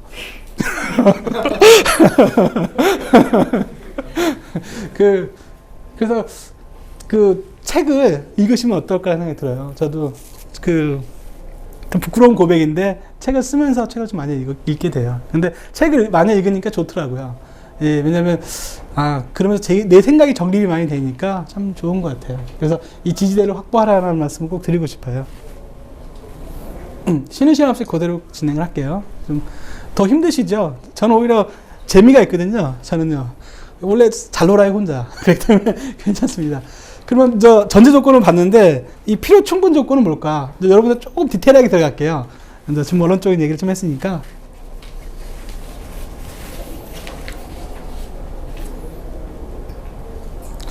어떻게 하면 저는 그런 생각이 있어요. 전 직장 다니면서 여러 면에 로펌이다 보니까 여러 명의 상사분들하고 일을 하잖아요. 각 파트별로. 어떤 분들은 너무 깐깐해요. 정말. 어떤 분들은 그냥 모든 걸 맡기시는 분이 있고, 제가 더 부담스러워요. 모든 걸 맡기면요. 제가 아직 프로가 아닌데, 일을 배우는 단계인데 저한테 모든 걸 맡기면 더 부담스럽고요. 각기 유형이 다 틀리잖아요. 그쵸? 근데 저는 사회생활하고 또 후배 사원들 뽑고 나서 전에 내가 상사를 모셨던 거랑 내가 지금 상사잖아요. 그쵸? 그래서 비교를 해보니까 어떻게 하면 공생을 할까 라는 생각이 들더라고요. 왜냐면은 저는 전혀 느끼는 거지만 회사 측 자문하면서 느끼는 거지만요. 절대 회사 안에서 상사를 뛰어넘는 사람을 회사는 용납하지 않아요. 예컨대 상사하고 다툰 사람, 혹은 상사의 뒷담화를 깐다든지, 그게 직접적으로 들어갔다든지, 그쵸? 아무리 능력이 출중하건 상사보다 월등히 성과를 많이 내도 결국은 그 사람은 조직에서 퇴출되게 돼 있더라고요. 그게 조직에 생긴 것 같아요. 왜냐면은 그걸 인정하게 되면은 다른 임원들도 사실상 조직 질서가 유지가 안 되거든요. 그러니까 보이지 않게 아무리 뛰어난 부하 직원도 상사를 건너뛰는 경우는 없는 것 같아요. 결국은 상사하고 어떻게든 공생관계를 해야 되지 않을까라는 생각이 들어요. 그래서 첫 번째 아까는 시간이에요. 아까 말씀드렸듯이 조금 시간을 아껴줘야겠다라는 식으로 업무를 한번 해보시면 의외로 많은 기회가 생길 것 같아요. 저도 그렇거든요. 부하 직원하고 지금 생각하면 전 직장에서 상사가 나를 가장 좋아할 때는 상사의 시간을 좀 아껴주는 경우예요. 그러니까 가령 예컨대 아껴주려면요, 그 사람이 원하는 걸 정확하게 알아야 돼요. 빨리 일하려면은 그 사람이 원하는 걸 정확하게 찍어서 일을 해줘야 되잖아요. 변방을 울리면 시간이 더 걸려요. 그러려면 어떻게 하겠어요? 제일 물어봐야죠. 계속 물어봐야 돼요, 진짜. 근데 저도 참 제가 후회했던 부분이 뭐냐면, 대학에 껄끄러운 상사들 있잖아요. 그거 안 물어보게 되잖아요. 그럼 더 멀어져요, 관계가. 그렇잖아요. 안 물어보니까 일의 방향이 또 틀려요. 그리고 또 대학에도 껄끄럽고, 그야말로 멀어지는 거예요, 점점 더. 그리고 조직에서 찍히는 사람 대표적인 유형이 그거예요. 처음에는 좀 대학이 껄끄러웠다? 말을 안 하니까 업무도 방향을 못 잡는 거예요. 업무도 안 되죠, 관계도 안 되죠. 찍히는 거예요, 그냥. 제가 볼 때 그 사람 일을 못하는 사람이 아니거든요. 그래서 이게, 참 중요하구나. 상사하고 이 대화를 어떻게든 해야 된다. 또 그런 경우 있어요. 상사도 여러 가지 유형이지만은, 그냥 맡기는 스타일이 있거든요. 맡기는 스타일 같은 경우는 어쩔 수 없어요. 원하는 게 뭐인지까지 계속 물어야 돼요. 예. 그래서 저는 정말 일을 잘하는 사람은 중간보고를 잘하는 사람이다라고 생각을 해요. 예. 그러니까, 왜냐면 중간보고는 리스크를 분산하는 거예요. 그러니까 그런 말 하더라고요. 저번에 그 어느 임원분이 그러더라고요. 제일 똑똑한 직원은 자기 책임을 분산시키는 거래요. 예. 분산시킨다는 건 뭐냐면 중간 보고를 해가지고 리스크가 있는 부분을 사전에 알려주는 거예요. 그러니까 이 일이 실패하더라도 이미 알고 있었기 때문에 상사들이 자기 책임이 분산이 되는 거예요. 근데 가장 일 못하는 사람이 책임을 전가시키거나 책임을 자기가 지는 경우래요. 그래서 중간 보고를 잘하는 사람이 결국은 조직에서 성공한다는 말을 하더라고요. 참 공감하는 얘기예요. 결국 두 번째가 감정. 뭐 감정은 당연히 자기화시키는 거죠. 아까 말씀드렸듯이 상사를 사랑해야 돼요. 어쩔 수 없이. 그건 의무인 것 같아요. 예. 이게 만약에 자연스럽게 사랑한다고 하면은 얼마나 좋겠어요. 그냥 의무라고 받아들여야 될 것 같아요. 저 사람 사랑해야 돼. 사랑해야 돼. 아침마다 해야 돼. 그러면 어느 순간 사랑스럽게 보일 수가 있어요. 진짜. 저는 그렇게 리더십 강의 나갈 때 그런 말씀 드려요. 어떤 리더십 강의도 어떤 이론도 사랑이 최고다. 그 사람은 사랑하라고 마음 먹고 의지적인 자기를 가지고 노력하는 순간 그 사람이 보여요. 그렇잖아요. 사랑하면 보이고 보이면 그 사람의 마음을 알게 돼요. 마음을 알게 되면 그 사람과 내가 일치가 돼요. 그러면 많은 것이 해결이 돼요. 물론 사랑할 수 없을 만큼 이상한 사람도 있죠. 네. 그럼 어떻게 하셔야 되죠? 여러분이 다 수양을 위한 도구다 생각하시면 됩니다. 네.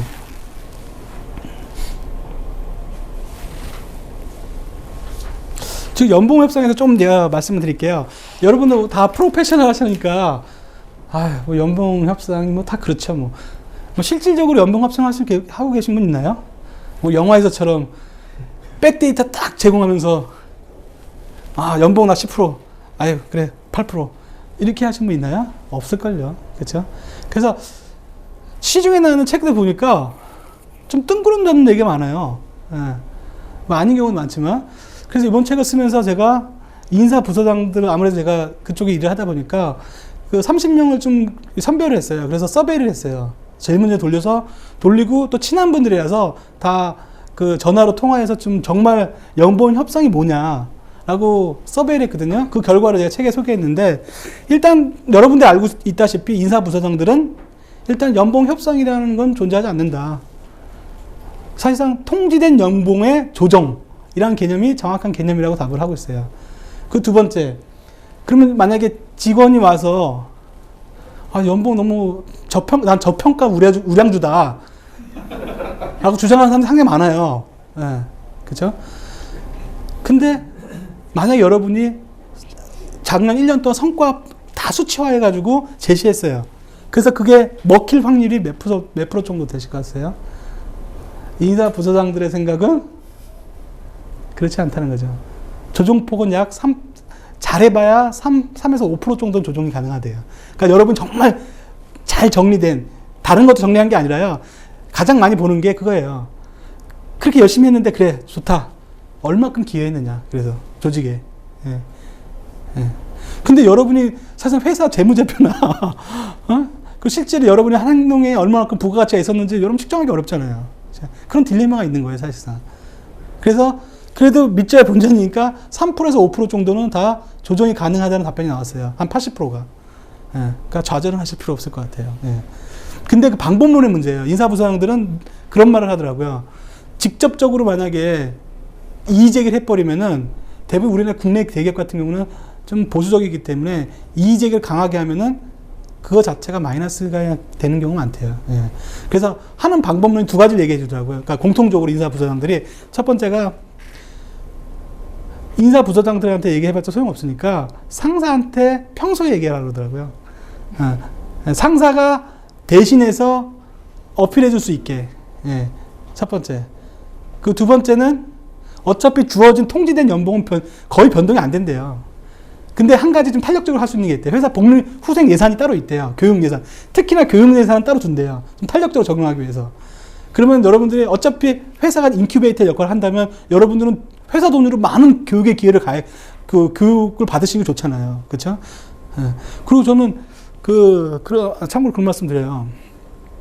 여기, 어떤 기업을 다니시는지 모르겠는데, 그 기업체에 가지고 있는 그 인사 프로세스 혹은 영업 프로세스 같은 게 여러분한테 얼마나 큰 재산인 줄 아세요? 저 단적으로 얘기해서요. 몇몇 그런 분들 봤어요.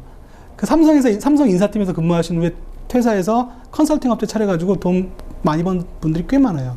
그분들 하는 거 다른 게 없어요. 삼성 인사 프로세서 아시잖아요. 중소기업 가서 다 세팅해버려요. 그분은 단지 그 삼성 안에서 인사팀 업무를 배운 것 뿐이거든요. 근데 그분이 개업했을 때 그거 가지고 먹고 사는 사람들이 많아요.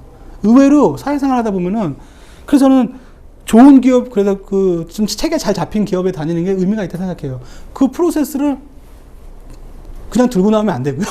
그럼 큰일 납니다. 몰래 들고 나오셔가지고 이 세팅을 하시는 거예요. 얼마나 좋아요. 진짜 그래요. 그러니까 저도 그런 생각이 들어요. 네, 김 현장한테 좀 더 복사해놓고. 이건 녹화하지 안 됩니다. 근데 그 복리후생 부분 있잖아요. 그래서 여러분이 연봉 협상에 있어서 안 먹힐 것 같으면은 일단은 좋은 교육들 있잖아요. 그거를 선별하셔갖고 내가 이걸 받으면 회사한테 어떤 기여를 할 수 있다는 그 부분에 대해서 어필을 하세요. 그러면 대부분 받아준다고 하더라고요. 교육 예산은 충분히 가지고 있기 때문에. 그럼 좋잖아요. 회사 예산으로 교육도 받으시고. 그 두 번째, 여러분한테 살짝 말씀드리는 건데요. 이게 녹화 되는구나. 저는 솔직히 말씀드려서 내가 기업에 들어가면은 제일 하고 싶은 게 뭔지 아세요? 컨설팅을 받는 거예요. 네. 좋은 회사. 가령 뭐 세계적인 컨설팅 업체 많잖아요. 그 팀하고 내가 만약에 그 회사에 있으면은 회사한테 건의할 것 같아요. 우리 내부적으로 컨설팅을 좀 받아보자. 그리고 제가 그 컨설팅 하는데 끼겠어요. 그럼 그 우수한 컨설팅 업체의 노하우들을 제가 자료들을 자기 거 할 수가 있잖아요. 그 저는 가끔 이해를 못해요.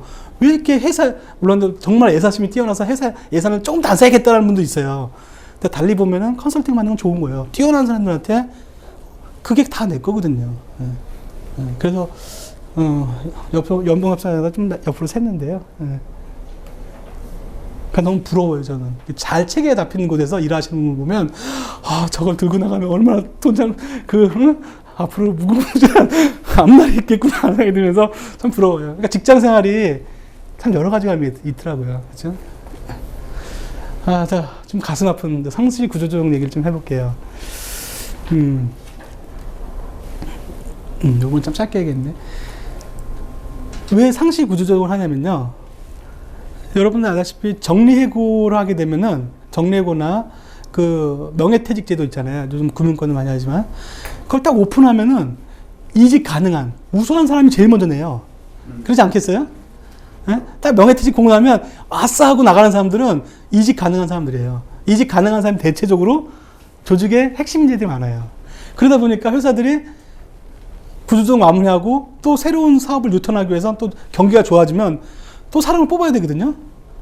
이중 비용이 들어요. 그렇게 되면. 그렇기 때문에 지금은 이렇게 원타임 구조조정 안 해요. 아주 평소에 사람들을 내보내고 그런 시스템, 상시 구조조정 프로그램을 많이 도입해요. 지휘가 그런 케이스였죠. 지휘가 이제 하위 10%는 매년 내보내는 그런 시스템이었죠. 물론 한국적인 법화에서는 맞지 않기 때문에 뭐 그대로 적용할 수는 없지만, 그렇다고 해서 지휘가 사람을 이렇게 내보내는 회사는 아니었어요. 그건 좀 다른 얘기인 것 같아요. 그 제도가 정착하기 위해서는 굉장히 오랜 시간이 걸렸다고 그래요. 그리고 지휘라는 또 로얄티가 있었기 때문에, 우수한 사람들이기 때문에 사실 자발적으로 나가는 경우도 많고요.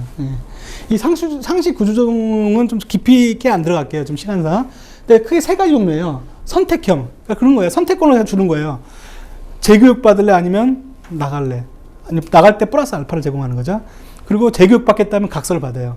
다음 재교육 들어가서 교육 기간 중에 또 평가했는데 안 좋으면 나가는 것에 동의한다는 각서를 받게 되죠. 선택형이에요. 제일 많아요. 그러니까 여러분이 회사 들어가서 혹시 여러분은 모를 수 있어요. 근데 인사팀 대부분 준비하는 경우가 많거든요. 그러면 어떤 제도가 시행됐다고 하면 선택형일 가능성이 높은 거예요. 왜냐면 선택형은 실질적으로 제일 많이 도입하고 제일 법리적으로 상대적으로 안전해요. 상대적으로. 근데 제가 상대적으로 안전하다는 말은 아직 상시 구조조정에 대해서 법원이나 노동 케이스가 없어요. 이 프레임을 적용해서 해고한 게 정당하다는 판례가 아직까지는 없어요. 다만 있던 부분은 그런 것들이에요. 평가 자체보다는 그 사람이 이렇게 이런 프로그램에 따라서 개선의 기회를 줬어요. 근데 개선의 기회가 줬는데도 전혀 적극성이 없는 거예요. 개선하려고 노력이. 가령 결근하고, 상사 기한 어겨버리고 이러니까 법원이 보기에는 개선의 의지가 없는 거예요. 개선의 의지가 중요한 거예요. 평가가 아니라. 왜냐하면 평가는 주관적일 수밖에 없거든요. 그러니까 평가 자체를 가지고 해고하기는 어려워요. 근데 더 문제는 뭐냐면 아무 문제 없던 사람이 인사조치를 받으면 망가지기 시작해요. 난 이미 끝났구나. 이게 아니라는 거죠. 그때 분명히 개선의 의지를 보여줘야 돼요. 예, 그 방법론은 이제 조금 이따 말씀드릴게요. 근데 그래서 선택해 이거 직무 조정이 있어요. 그러니까 이 정도의 업무 레벨에서 감당을 못하니까 직무를 깎아버리는 거예요. 더 낮은 직무를 주는 거예요. 물론 연봉도 조정되는 거고. 그러니까 계속 낮으다 보면 갈 데가 없잖아요, 그렇죠? 그럼 예컨대 부장급이었다가 한 차장급 내려오면 대부분 못 견뎌요. 예. 네, 그런 부분들이 고려한 게 직무 조정형이에요. 두 번째가. 세 번째 삼지 다운형이에요. 세 번 D 맞으면 자동 아웃 시키는 거예요. 예. 그렇죠? 요즘에 원 스트라이크 아웃도 있어요. 부정행위 하면 곧바로 아웃 시키는 거. 예. 근데 만약에 여러분이 딱 구조조정 대상이 됐어요. 어느 날 통보를 받은 거예요. 서면을 통보 안 하죠. 그런 경우 부르죠. 요번에 회사가 또 구조조정 조직 개편하면서 좀 몇몇 사람 나가야 될 것 같다. 근데 여러분 우리가 당신한테 이렇게 이런 말 하는 이유는 당신은 어디 가든 잘할 수 있는 사람이기 때문에.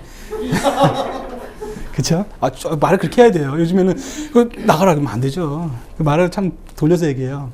당신은 정말 슈퍼급 인재이기 때문에 우리 회사가 감당하기가 어렵다. 그러니까 다른 데 가서 꿈을 펼쳐라 라는 얘기를 하죠. 날개는 꺾어놓고 펼치라 그러면 펼칠 날개가 없잖아요. 그쵸? 예. 근데 이때 그런 생각을 하셔야 돼요. 이게 분명히 이 프로세스 안에는 가장 키포인트는 개선의 기회를 주는 프로세스예요. 개선의 기회를 주지 않는 프로세스는 그 자체가 부당해요. 불법이에요. 부당 해고의 가능성이 매우 높은 거죠. 그렇기 때문에 이 프로세스의 핵심은 기회를 계속 줘요. 근데 기회를 주는데 대부분의 직장인분들이 제가 느끼는 건 뭐냐면 경고를 받으면 그다음부터 더 안 좋아져요. 업무 실적이. 예. 왜 그런 이유, 이해는 가요. 근데 조직 생활 하시면은 경고를 받았을 때 그때부터 업무 스타일을 바꿔줘야 돼요. 첫 번째 대표적인 게요. 피드백이에요. 피드백이 느린 사람은 조직에서 좋은 평가를 받는 경우가 거의 없어요. 피드백 속도가 빨라야 돼요. 예. 그래요. 근데 상사가 기하를 좀 일을 주면요. 그래서 중간 보고를 굉장히 잘 하셔야 돼요. 그러니까 중간 보고 능력이 첫 번째예요. 이런 위기를 극복하는 능력이 있어서. 예. 그 두 번째는 적극적으로 어필하셔야 돼요. 그때부터는. 근데 적극적으로 어필하는데 문제는 입증을 해줘야 될 거 아니에요. 말로만 나 적극적으로 어필했다라고 그럴 수 없잖아요. 그때부터 이메일을 쓰기 시작하는 거예요. 자기 업무 기록을 남기는 거예요. 내가 이렇게 노력했고 이런 부분에 대해 충실하게 업무가 이게 수행돼서 이렇게 성과를 냈다라는 부분은 이메일로 계속 상사한테 보내는 거예요. 그 이메일은 보관하셔야 돼요. 그다음부터. 예. 너무 깊이 들어가시면은 여러분이 마음에 상처를 입을 것 같아서 여기까지만 들어가고요. 요거 제가 요 책을 이제 보시겠지만은 이메일 사용 능력이 굉장히 중요해요. 앞으로. 왜냐면 스마트 워크라고 그러잖아요. 이제 공간의 개념으로 직장의 개념은 없거든요.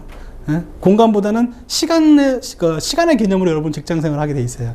집에서도 일하게 되겠지. 요즘 재택근무 많이 도입했거든요. 그 집중 근무 시간제 도입하는 회사도 많아요. 심지어 어떤 회사는 8시간만 근무하는 거 딱 지켰고 나머지 8시간 중에 2시부터 4시까지는 필수 근무 시간 빼놓고는 8시간만 채우면 돼요. 예. 그러니까 자유롭게 출퇴근하는 거예요. 그런 회사도 있어요, 지금. 그럼 앞으로의 추세는 제가 볼 때 그 추세를 갖게 될 겁니다. 예. 장소의 개념이 아니라 일 중심으로 가겠죠. 그러다 보니까 더 중요한 거는 이메일 사용 능력이에요. 그 다음부터는. 예. 그래서 그러면 이메일을 언제 보내야 될까요? 참 보면 제가 왜냐면 이걸 느끼는 게 소송을 하잖아요. 그러면 참 안타까울 때가 있어요. 왜 이런 이메일을 보냈을까 이분은. 이메일 보내면 안 돼야 되는데 이메일은 다 남잖아요, 여러분. 다 증빙이 돼요. 그렇죠? 그러면 이메일을 보낼 때가 있고 보내지 말아야 될 때가 있는데 이걸 혼동하신 분 있어요. 이 책에 좀 자세하게 써놨는데 말씀드리면 이메일을 보내야 될 때는요. 특히 근태에 관련된 부분이에요. 여러분들 보면 지각하거나 뭐 결근하거나 조퇴하는 경우 있잖아요. 여러분들 분명히 상사한테 다 이유를 설명하거든요. 상사는 대부분 오케이 할 거예요. 그쵸? 근데 나중에 만약에 1년이 지나고 뭐 6개월이 지나서 혹시라도 뭐 조직 개편 과정에서 업무 배치하다가 근태가 안 좋네 하고 뺐어요. 여러분을. 그리고 물어봐요. 왜 그 근태가 별로 안 좋다. 라고 하면 여러분 입증을 못해요. 상사가 그때 만약에 나 그랬었다라고 말하면 좋은데 안 그런 경우도 있거든요. 잊어먹거나. 왜 상사는 그 허락했다는 그렇게 크게 비중을 두지 않거든요. 그런가 보다. 그런 사정이 있나 보다. 알았어. 그래. 좀 잘 요양하고 와. 이렇게 말해도 기억을 못해요. 대부분. 여러분은 기억해요. 왜냐면 여러분은 수혜자니까. 그렇죠? 근데 나중에 되면 입증을 못하는 거예요. 근데 이메일로 그때 보내는 거예요. 이게 승인해 주셔서 감사합니다. 배려해 주셔서 감사합니다. 이렇게 해서 남겨놓고 그 이메일을 보관하고 계시면 돼요. 그래서 혹시 인사팀에서 근태가 안 좋다는 얘기를 하면 그게 다 입증 사료예요. 그냥 그것만 제출하면 돼요. 그리고 두 번째, 항상 인사고과가 문제잖아요. 난 잘했는데 왜 인사고과가 이렇게 나왔을까? 이의 제기하고 싶으시면요, 기여도가 나와야 될 거예요. 일을 잘했다는 부분 입증하셔야 될 거 아니에요. 입증할 수 있는 방법이 거의 없어요. 사실상 직장생활에 있어서. 근데 참 친절한 상사들은 그래서 메일로 보내줘요. 이번에 성과가 이렇게 나서 이렇게 당신 기여도가 이 정도고 참 수고했다. 여러분이 보관하시면 되거든요. 나중에 인사팀에 제출하면 돼요. 우리 상사가 이 정도까지 칭찬해 줄 만큼 난 열심히 했다. 근데 미안하지만 대부분의 상사들은 입 서비스를 끝난다는 얘기죠. 참 잘했다. 수고했다. 남는 게 없어요. 그래서 저는 그런 말씀 드려요. 여러분 그때는 이메일로 부장님 이런 말을 통해서 참 제가 조직에 기여했다는 걸 칭찬해 주셔서 감사합니다. 더 열심히 하겠습니다. 이메일 어쩌겠어요. 그렇게 안 써주겠다는데 나라도 써야지. 쓰시고 보관하시면 돼요. 그것도. 왜냐면 나중에 회사가 의외로 비합리적인 결정할 때가 있어요. 그때 그 이메일 하나가 여러분을 방어할 수도 있어요. 그리고 세 번째 보내야 될 때가 이미 회사가 다 입증 서류가 다 끝난 상태에서 여러분의 혹시라도 여러 가지 그 직장생활에 문제가 있어서 이메일로 서면 경고하는 경우가 있어요. 아주 구체적으로 여러분의 행위를 지적하면서 사기 위반이다 이렇게 나오는 경우에 있어서는 여러분 이메일을 보내셔야 돼요. 그때는 어떻게 보내셔야 되냐면 그게 아니라는 부분에 대해서 입증을 안 하게 되면 메일을 안 보내게 되면 여러분 인정한 게 되는 거예요. 그럴 땐 보내야 되는 건데 보내지 말아야 될 때가 있어요. 대표적인 경우가 여러분 불만이 있더라도 절대 그 필수 원칙인데 상사를 건너뛰어서 그 위에 있는 상사한테 이메일 보내서는 안 돼요. 이게 대표적인 실수예요. 가령 예컨대 외투기업에서 한국 라인 매니저 건너뛰고 본사 매니저한테 직접적으로 항의하는 메일 보내면요, 아무 효과도 없고 괘씸죄에다가 조직 질서 위반이라는 부분이 징계 사유로 추가될 수가 있어요. 더 무섭죠? 더 무서운 게 뭐냐면 괘씸죄죠. 얼마나 괘씸하겠어요. 그 메일 어차피요, 그 상사한테 포워딩 돼요. 절대 그 상사를 건너뛰지 마라라는 얘기를 꼭 드리고 싶어요. 그 두 번째가 가령 예컨대 상사가 그럴 수도 있잖아. 업무기한이나 뭐 이런 것 때문에 문제점을 지적하는 경우가 있거든요. 구체적인 행위가 아니라 그냥 일반적인 러프하게 앞으로 생활에서 좀 더 자신을 좀 돌아보는 계기가 됐으면 좋겠다라는 이메일 받으시면요, 그때는 반박 이메일 보내신 게 아니에요. 왜냐하면 여러분이 그게 아니라는 입증을 아니라는 이메일 보내야 되는 과정이 길어져요. 문장이. 그리고 인정을 해요. 일단 인정한 다음에 왜 그랬는지에 대해서 구작하게 써요. 그렇잖아요. 많은 경우 그렇잖아요. 그렇죠? 근데 참 고맙게도 밑줄 치는 거는 그 위에 잘못했습니다예요. 나머지는 그렇죠? 그러니까 여러분이 회사 관계다 업무에 대해서 특히 이런 부분에서 이메일 쓰실 때는 짧고 간결하게 쓰시고요. 그리고 말로 찾아뵙고 그거죠. 이런 지적한 데 대해서 참 저도 반성하겠습니다. 근데 그 이유에 대해서는 내가 찾아뵙고 설명을 드리겠습니다. 이렇게 보내는 거죠. 그리고 찾아뵙고 설명을 드리는 거죠. 이 방송을 보는 인사 담당자 상당히 불쾌하겠는데요. 정말 그런 말 하더라고요. 그 인사 담당 임원분이 저한테 그러더라고요. 이 책이 직장인들을 한 단계 업그레이드 시켜서 이제 인사팀도 한 단계 업그레이드 해야 되겠다는 얘기를 하더라고요.